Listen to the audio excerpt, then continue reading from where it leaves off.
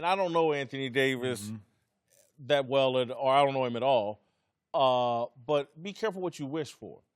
Not everybody is built for the LeBron James circus, and particularly being LeBron James' understudy. Obviously, Kyrie Irving didn't handle it well. Obviously, Chris Bosh and Dwayne Wade went through some struggles in Miami. And so I just think I worry about AD's ability. I look at Kevin Durant and the way he's handled the move to Golden State. He's going to be vilified a bit here, and I wonder if he can handle it. It's interesting. The first thing you said is, I don't know Anthony Davis. I don't know a lot about Anthony Davis. Me either. And I think that's in part what's really giving this move energy. He wants to come to L.A. He wants to play with LeBron. He wants the big market. He's the third best player in our league, and some say even the best player in the league. And outside of Unibrow, what?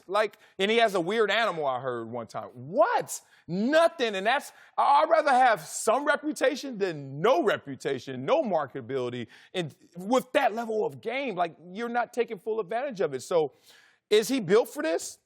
Where I'm from, where I think Anthony Davis is coming from is somebody's looking at him like, get under there and see if you can lift this. And if you can't, LeBron's there to spot you. And it's just that simple. I think this is a smart play for a guy who is not fully materializing and monetizing how great he is. Well, he's been in New Orleans for 7 years, okay? And he's given this franchise everything he can. Now, despite him being hurt, this is a franchise that would not go over the salary cap to improve their roster. They did not re-sign Boogie. They did not re-sign Rondo, despite what happened last year in the playoff. This is an organization that the president has dual roles, New Orleans Saints and also the Pelicans. So it's a lot of, there's a lot of instability in regards to what they want to do and how they want to build the team. And he's frustrated. Keep in mind, Anthony Davis is only 25 years old, okay? Because he's been injured, he came out later. Seems like he's been in the league 10 years, and he hasn't. I believe, truly, it's two things here if you're Anthony Davis and you're the Lakers. One is the short-term goal of being relevant and winning a championship. You do that in the next 3 years with LeBron there. Post that, it's like, okay, with the Lakers, we need to have a franchise-type player. Post that. So the next 4, 5, 6, 7 years, Anthony Davis, if he chooses to come to the Lakers, the trade happens, he can be our guy. So it's two things you got to look at from the short term, if I'm Anthony Davis in the Lakers, and the long term. And the benefit is this. You learn how to win by playing with a guy like LeBron James. It may stymie you at the beginning, but the long-term effect is I'm going to be here once LeBron is gone. I'm going to take what I've learned and utilize that and build my own legacy if he happens to come to the Lakers. Anybody remember when Dwight Howard joined Kobe Bryant? He's not Dwight. He's not Dwight. Well, Dwight was coming off surgery as well. He's not Dwight. Personality-wise, anything.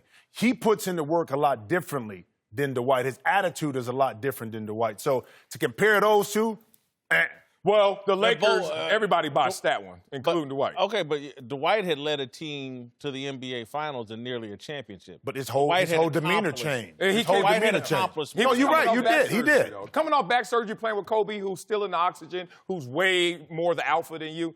Just was bad. Oh, and LeBron doesn't steal oxygen. Well, I can barely breathe right now. I hear he's the greatest teammate. I hear he's the greatest teammate. Oh, he don't steal oxygen.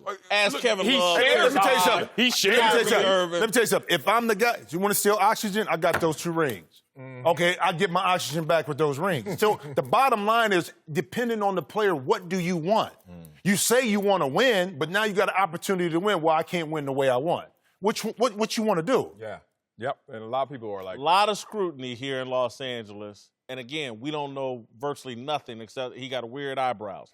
That's all we know. I will say this, too. And with Rich Paul and what they want to do, to the timing of it is ironic in regards to next week and the trade. That's going to play well in But that's LA. going to play well in L.A. You see Lassie He's going to get a lot of eyebrow people that want to come at him like, bro, I got you. You need them trimmed up? Don't even worry about it. But think about the timing of this, too, is that Rich Paul and what they want to do is take control of. The $50,000, that's been fine before, because that's language that's detrimental to an organization. And that's been done. Steven Jackson had it. Nate Robinson had it. So that is nothing new, even when the agent comes out and says it. Right. New question. New question. We talked about Anthony Davis.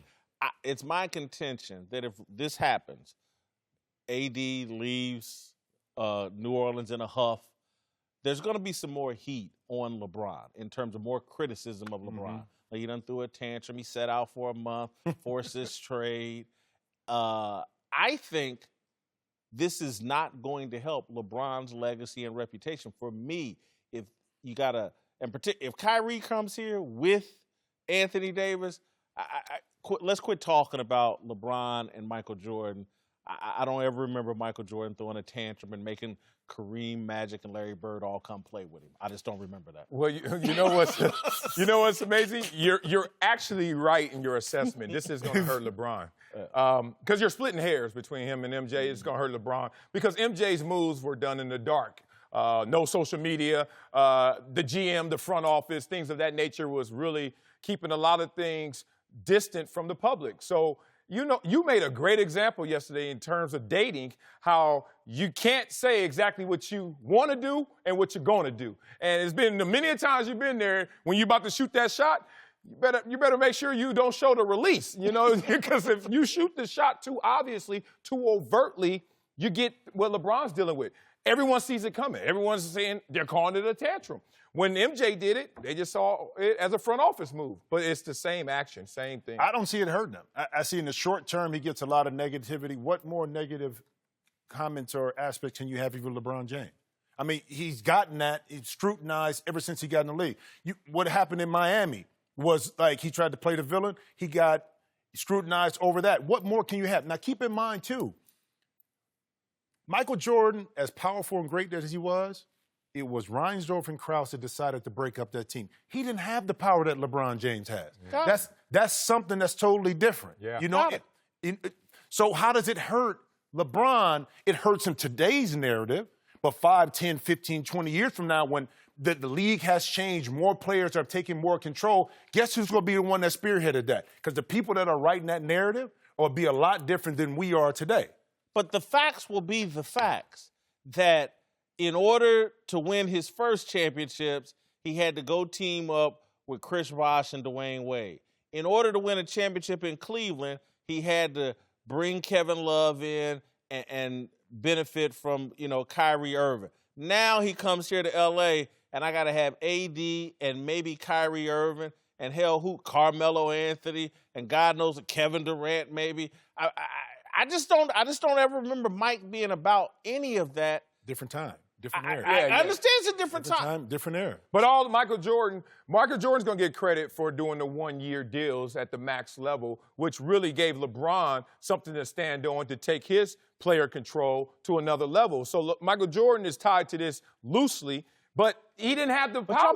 Michael Jordan would never, ever, ever, ever, if you brought him back today in his prime, he's not trying to team up with a bunch of other guys. He's trying to break your neck You never himself. presented him with that option, If given that kind of come on, man. Kareem did it. Kareem did what? When he demanded a trade for Milwaukee to go to the Lakers. Uh-oh. Who was here? Who was here? Magic wasn't there. Magic wasn't there yet. Because he's older than Magic. Of course he wasn't there. Saying. But he wanted to go somewhere else where he can win another championship. He didn't win a championship in Milwaukee.